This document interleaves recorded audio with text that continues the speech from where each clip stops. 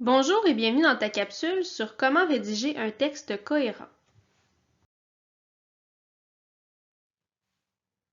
Mais premièrement, qu'est-ce qu'un texte qui est cohérent? Un texte cohérent, c'est un texte où les idées se suivent bien et qui est facile à comprendre. Il faut se rappeler qu'un texte est généralement rédigé pour être lu par quelqu'un d'autre. Ton destinataire doit donc être capable de le comprendre sans difficulté. N'oublie pas que c'est à toi d'organiser tes idées et non au lecteur de le faire pendant sa lecture.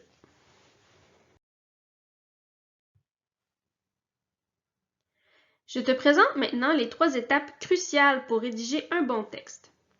Premièrement, nous avons la planification, ensuite la rédaction et finalement la révision. Chaque étape est très importante. Un conseil d'amis, il est très important de ne pas en sauter une seule. Tu vois, même Milo est d'accord avec moi.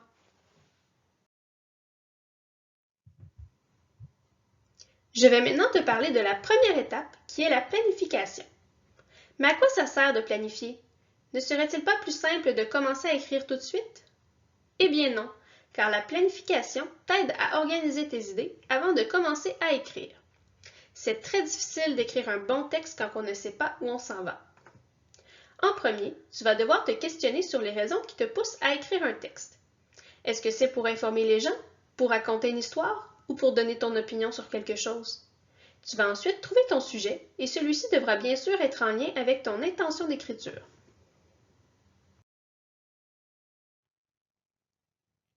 Ensuite, tu vas planifier le contenu de ton texte, c'est-à-dire choisir les informations que tu veux écrire. Pour ce faire, tu peux faire une recherche dans des livres ou sur Internet en t'assurant toutefois d'aller sur des sites Internet fiables. À l'aide d'une tempête d'idées, tu vas noter tout ce que tu aimerais retrouver dans ton texte.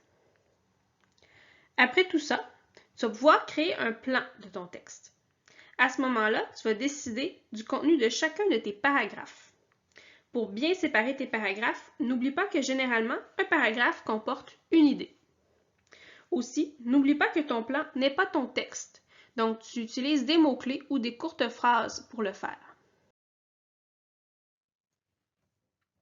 Lorsque tu seras satisfait de ton plan, tu seras maintenant rendu au moment tant attendu, la rédaction, c'est-à-dire le moment où tu composes ton texte. Pendant que tu écris, n'hésite pas à consulter ton plan. Il est là pour ça.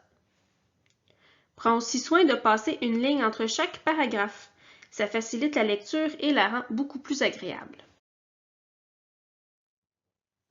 Pour t'aider à bien enchaîner tes idées, utilise des marqueurs de relation, comme par exemple en effet, toutefois, de plus.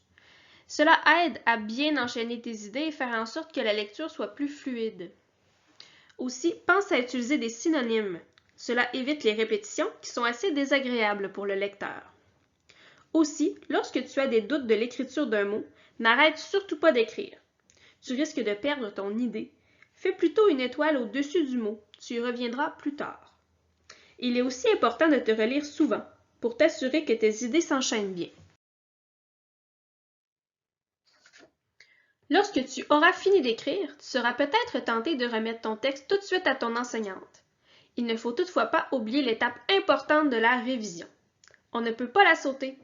Même les grands auteurs ont besoin de se réviser. Pendant que tu révises ton texte, repense à ton intention d'écriture. Assure-toi que ton texte correspond bel et bien à ce qui était demandé.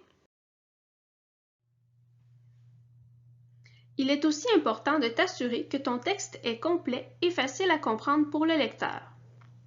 Il peut être utile de demander à un ami ou à ton enseignante de lire ton texte pour s'assurer que tes idées soient claires. Si tu remarques des idées qui sont imprécises, tu as 2 options. Tu peux soit reformuler ton idée ou ajouter des informations pour la rendre plus précise. Tu trouveras peut-être aussi des idées qui ne sont pas nécessaires ou qui se répètent. Inutile de les garder dans ton texte, tu pourras donc simplement les enlever. Il faut se rappeler que ton texte doit être avant tout agréable à lire. C'est ce qui met fin à la capsule sur comment rédiger un texte cohérent. Bonne rédaction!